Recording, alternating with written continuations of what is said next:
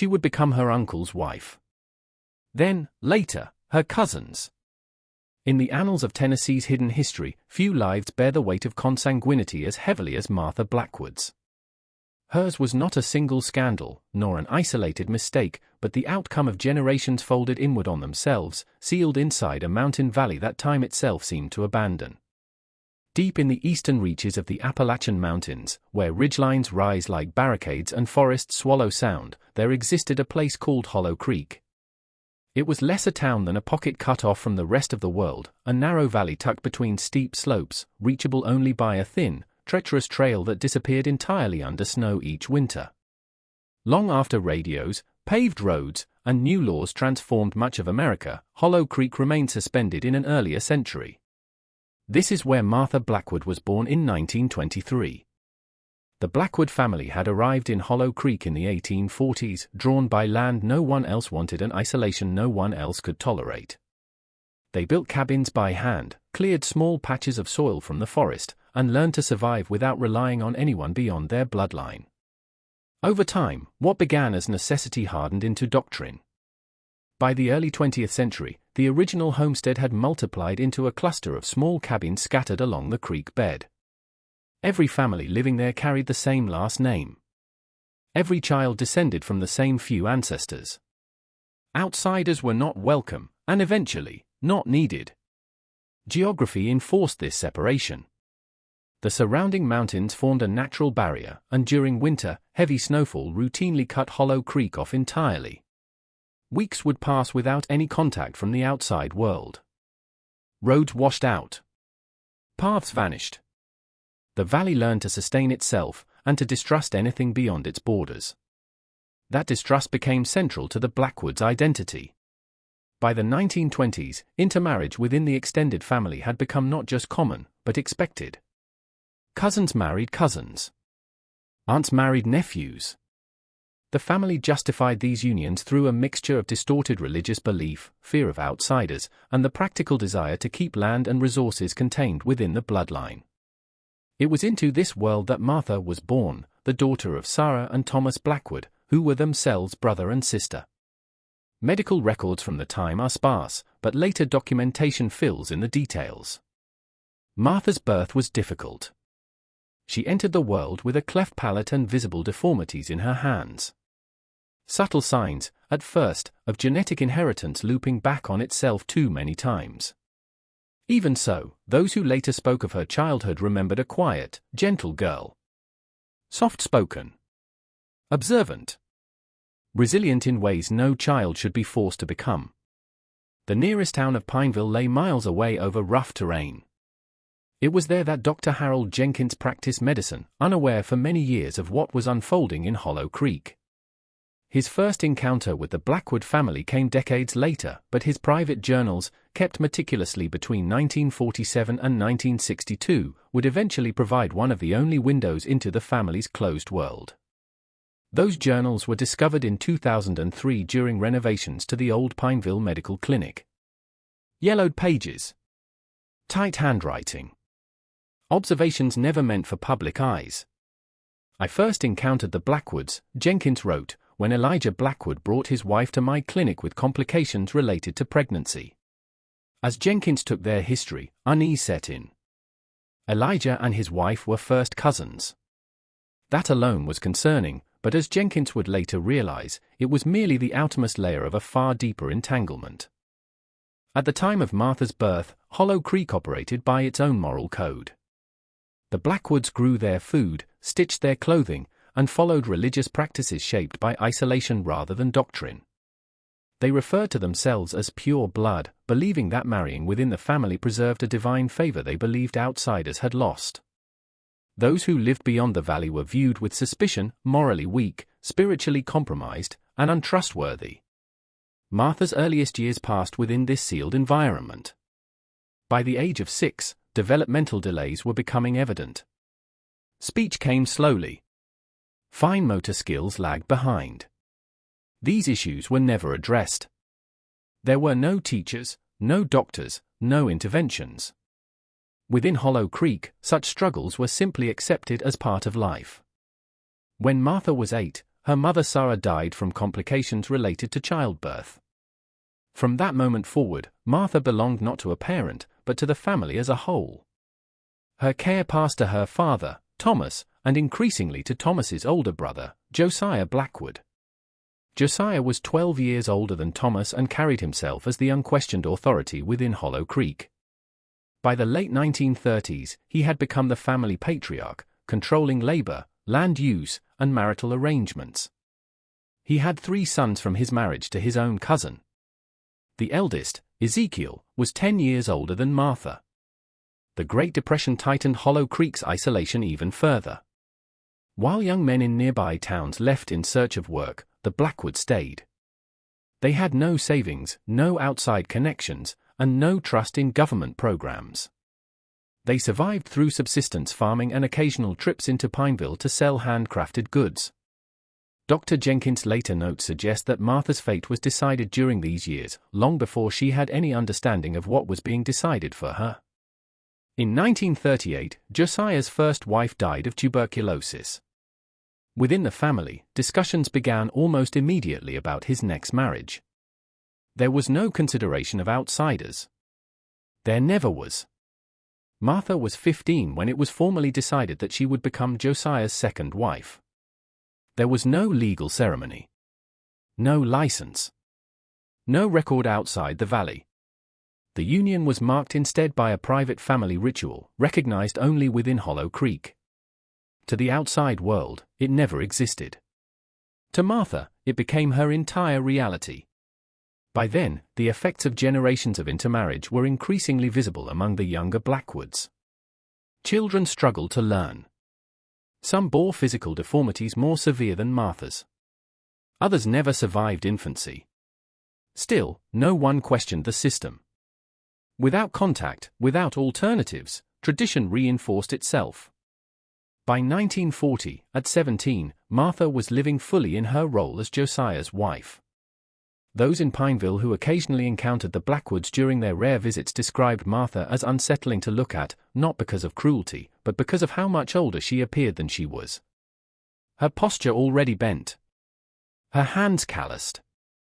Her face worn by labor and hardship. Dr. Jenkins' notes from this period describe a young woman with a pronounced curvature of the spine and a visible limp, conditions far beyond what one would expect from a teenager. Inside Hollow Creek, Josiah ruled with absolute authority. He assigned work, controlled food distribution, determined who slept where, and with whom. The property functioned as a closed system, sealed off from scrutiny or challenge. World War II came and went with barely a ripple through the valley. While other communities sent sons overseas, the Blackwoods avoided conscription. Medical exemptions were common. Some notices never arrived at all. In 1941, Martha became pregnant for the first time. The pregnancy ended in stillbirth. Dr. Jenkins was called to attend. His journal entry from that night is one of the most difficult to read. The infant displayed severe abnormalities incompatible with life. When Jenkins attempted to explain the likely causes, suggesting that repeated close relative unions were contributing to these outcomes, the reaction was immediate and hostile. Josiah informed him that he was no longer welcome at Hollow Creek. Future births, Josiah said, would be handled internally. Despite this declaration, circumstances would force their paths to cross again. After the stillbirth in 1941, Hollow Creek closed in around Martha even tighter than before. Josiah kept his word, at least outwardly.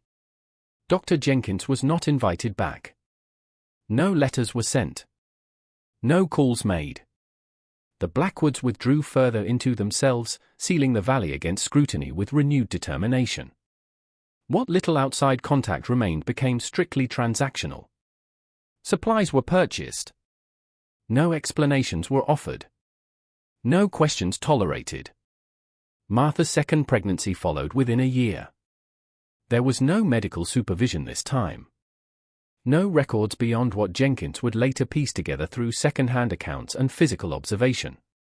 The infant lived only a few months, marked by severe physical abnormalities.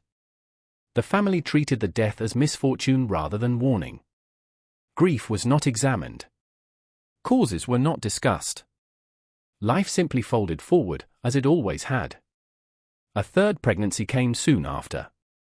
Again, the child did not survive. Each loss stripped Martha of standing within the family. Her value, measured solely through her ability to produce healthy offspring, diminished with every failed birth. Though no one spoke openly of blame, it settled over her like a fog. She worked harder, spoke less, learned to disappear into routine. It was during this period that Ezekiel Blackwood began to emerge as a central figure in Martha's life. Ezekiel was Josiah's eldest son, tall, broad-shouldered, and already accustomed to authority. Where his father ruled through tradition and age, Ezekiel wielded efficiency and discipline. He managed labor assignments, enforced compliance, and handled the rare interactions with the outside world. To the family, he represented continuity. To Martha, he represented inevitability. As Josiah aged, his health declined steadily. Years of hard labor, untreated respiratory issues, and the slow accumulation of genetic weakness took their toll. By the mid-1940s, his authority increasingly passed to Ezekiel in practice, even if not yet in name. Dr. Jenkins' journals indicate that within Hollow Creek, plans were already being made. By 1946, when Martha was 23, the transition was no longer theoretical. Josiah was visibly failing. Ezekiel had begun assuming responsibilities traditionally reserved for the patriarch. And quietly, without ceremony, it became understood that Martha would pass from father to son. The practice was not new within the Blackwood lineage. Previous generations had justified it through selective biblical interpretation, fragments taken out of context, reshaped to support continuity of property and bloodline. Within the family's closed moral system, the transfer of a wife from father to son was framed not as transgression, but as preservation. Martha had been raised inside this logic from birth. Dr. Jenkins' only recorded interview with her during this period occurred in 1947, when she appeared at his clinic seeking treatment for persistent respiratory illness. The visit was brief, supervised, guarded. The patient speaks very little, Jenkins wrote. Her eyes remain fixed on the floor. When asked about her household arrangements, she stated simply, "I belong to the family. First to the father, now to the son." When Jenkins asked whether she wanted something different, the question seemed to confuse her. She did not answer immediately. Instead, she looked up briefly, not with fear, but with genuine uncertainty. It was as if, Jenkins noted, the concept itself had never existed within her world. This moment, small as it seemed, would later take on enormous significance. In the years immediately following the war, rural America began to change. Public health initiatives expanded. County surveys reached farther into remote regions. In 1948, Hollow Creek was included in a broader assessment of underserved communities. A pair of county nurses made the journey into the valley. Their report, preserved in state archives, noted alarming conditions, extreme isolation, evidence of consanguineous relationships, visible developmental delays among children. Yet the document stopped short of intervention. The barriers were many: hostility from the family, lack of legal clarity, limited social service resources, and the prevailing belief that family autonomy outweighed outside concern. Conditions raise serious questions, one nurse wrote, but effective action is constrained by access, resistance, and current policy limitations. In the winter of 1949, Josiah Blackwood died. By spring, the transition was complete. Martha was formally transferred to Ezekiel in another family ceremony, again without legal recognition, again sealed within Hollow Creek's internal logic. She was 26. Ezekiel was 36. They were first cousins once removed, as well as stepmother and stepson. The genetic consequences of this union were not theoretical. They were immediate. In 1950, Martha became pregnant again. This time, the child survived. The daughter, whom Martha named Ruth, was born with severe physical and cognitive impairments. Her survival, rather than bringing relief, forced the consequences of generations of intermarriage into living, breathing presence. When Ruth was 3, a respiratory infection severe enough to threaten her life forced the family to seek medical assistance. Dr. Jenkins saw the child for the first time then. His notes are clinical, but the weight of them is unmistakable. Pronounced facial asymmetry. Malformed lower limbs preventing independent walking. Significant cognitive impairment apparent. Prognosis guarded. Yet amid the medical assessment, Jenkins recorded something unexpected. There is a strong attachment between mother and child. Unlike before, Martha asked questions. Not many. Not confidently. But they came. Why did Ruth struggle so much? Would she ever improve? Was there something that could be done? For the first time, Jenkins observed Martha drawing connections, tentative, fragile links between family relationships and her child's condition. It was not yet rebellion. But it was awareness. By 1953, change was creeping toward Hollow Creek whether the Blackwoods wished it or not. New roads were being cut through nearby counties. Electrification projects advanced into regions long left untouched. Younger family members occasionally found temporary work in towns, returning with stories of grocery stores, factories, and lives structured differently than their own. These influences were small, but corrosive to isolation. Martha, now 30, remained under Ezekiel's control, but motherhood gave her a narrow space of autonomy. Caring for Ruth required constant attention. It created moments when Martha could exist outside the immediate supervision of family authority. Dr. Jenkins' later entry suggests that internally, Martha was changing. She has begun, he wrote, to observe rather than merely endure. The true catalyst arrived in 1954. A new county health initiative mandated recurring visits to remote communities. A public health nurse named Ellen Wilson was assigned to Hollow Creek. Unlike earlier visitors, she did not arrive once and disappear. She returned. At first, she focused on non-threatening services, vaccinations, basic hygiene guidance, treatment of minor illnesses. Over time, familiarity softened resistance. Martha, in particular, began to speak more during Wilson's visits, cautiously, always within earshot, but more than before. Wilson's reports offer a rare glimpse into Martha's inner world. She speaks little initially, Wilson wrote, but becomes animated when discussing her daughter. She expresses concern, confusion, and, in rare moments, questions why so many children in the family suffer similarly. Wilson recognized the significance immediately. She is beginning to connect patterns the family refuses to name. Ezekiel noticed as well. Access was restricted. Conversations monitored. But when a winter cough outbreak threatened Hollow Creek later that year, practical need outweighed suspicion. Wilson was allowed to continue visiting, watched closely, but present. Then, in the spring of 1955, Martha discovered she was pregnant again. This time, something shifted. Having witnessed Ruth's struggles, having tasted the possibility of another world through brief, guarded interactions, Martha did something no one expected. She acted. Martha did not tell Ezekiel about the pregnancy right away. She carried the knowledge quietly, the way she carried everything, internally, cautiously, as if even thoughts themselves could be overheard in Hollow Creek. But this pregnancy felt different. Ruth's condition had changed her. Nurse Wilson's presence had given her language, however limited, to frame fears she had never been allowed to name.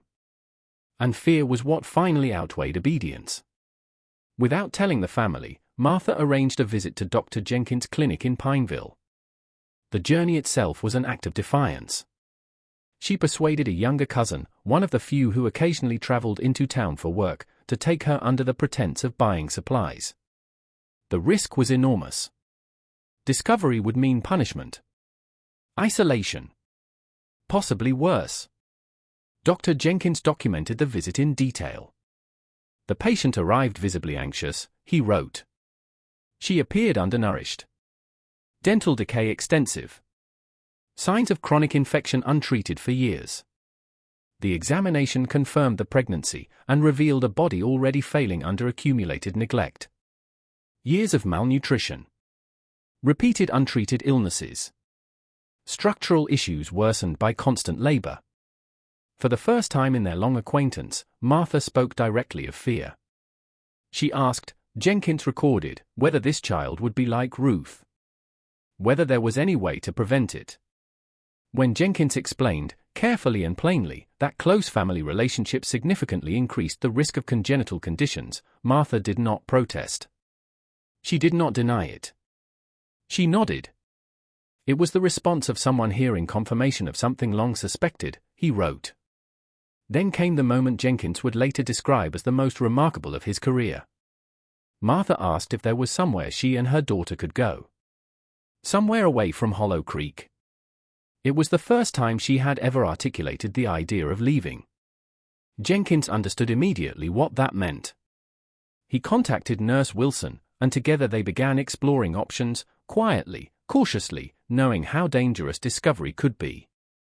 A Presbyterian mission home in Knoxville was identified as a possible refuge.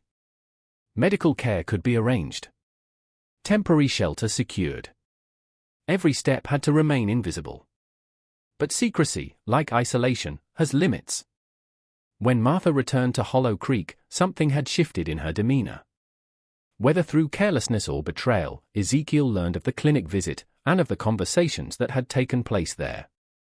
His response was swift. Martha was beaten. She was confined to her cabin. Cut off from all outside contact. Nurse Wilson's next scheduled visit was met with armed resistance. Explicit threats were made. She was told never to return. By summer of 1955, the situation had deteriorated dangerously. Martha's pregnancy was visible now. Bruises marked her arms. Her movements were restricted. But despite constant surveillance, she managed one final act of defiance. Through the same young cousin who had driven her to Pineville, she sent a message to Nurse Wilson. 4 words. Please help. Very afraid. Wilson and Jenkins faced an impossible choice. Legally, their authority was minimal. By the standards of rural 1950s America, what happened inside Hollow Creek was still largely considered a private family matter. Intervention carried risks, professional, legal, and personal. But they also understood the reality. Martha was in danger. Ruth was already vulnerable. Waiting was not an option. After consulting with the county sheriff, they arranged a welfare check, officially justified by concerns about Ruth's health. It was a thin pretext, but the only one available. When officials arrived at Hollow Creek, they were met with resistance and denial. Martha, they were told, was resting elsewhere. Ruth was fine. The family presented a united front. What might have ended as yet another failed intervention took an unexpected turn. The young cousin stepped forward. He provided directions. Names. Specific details. Authorities followed the information deeper into the mountains. They found Martha and Ruth in a primitive hunting cabin, barely fit for habitation. Minimal food. No medical care. Martha was severely weakened by pregnancy complications and abuse. Ruth showed signs of neglect. This time, there was no ambiguity. Child endangerment provided legal grounds. Martha and Ruth were removed from Hollow Creek. The drive to Knoxville in late summer of 1955 marked more than physical distance. It was the first time either of them had left the world they were born into. Nurse Wilson accompanied them. Her notes from that journey capture moments both heartbreaking and surreal. Martha holds Ruth tightly, she wrote, as if afraid she might vanish. She watches everything, traffic lights, storefronts, people, with quiet astonishment. At a roadside diner, Martha's first restaurant meal, Wilson observed her studying other families intently. The way mothers spoke to children. The way husbands and wives interacted. The casual presence of choice. There was fear, yes. But also wonder. The Presbyterian mission home provided safe shelter, medical attention, and something Martha had never known, stability without threat. Dr. Jenkins arranged evaluations through the University of Tennessee Medical Center. For the first time, Martha and Ruth were examined comprehensively. The findings were sobering. Martha displayed skeletal abnormalities, reduced lung capacity, advanced dental disease, and symptoms consistent with inherited recessive disorders. Ruth's assessment was more severe: developmental delays, orthopedic deformities requiring surgery, and cardiac concerns. But alongside diagnosis came explanation. Social worker Catherine Monroe was assigned to their case. Her early assessments reveal how completely Martha's understanding of the world had been shaped by isolation.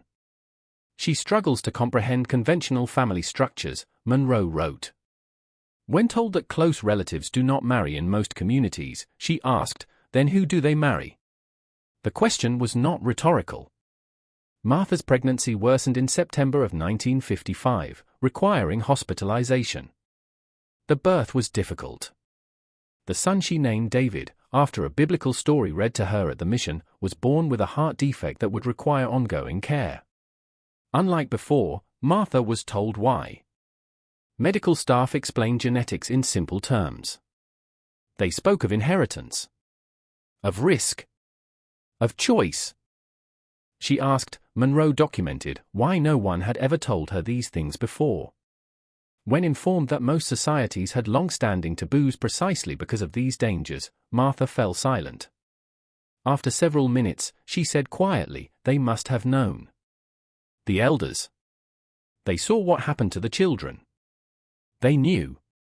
This realization, that harm may have been understood and still enforced, changed everything. The legal process that followed was slow but decisive. The Blackwood family attempted to reclaim Martha and the children. Their claims failed. Public attention followed. Newspapers reported on hidden mountain practices. Health officials took notice. By 1956, Hollow Creek was no longer invisible. For Martha, life began, haltingly, to expand. She attended literacy classes. Ruth entered therapy programs. David received cardiac care. Progress was uneven, but undeniable.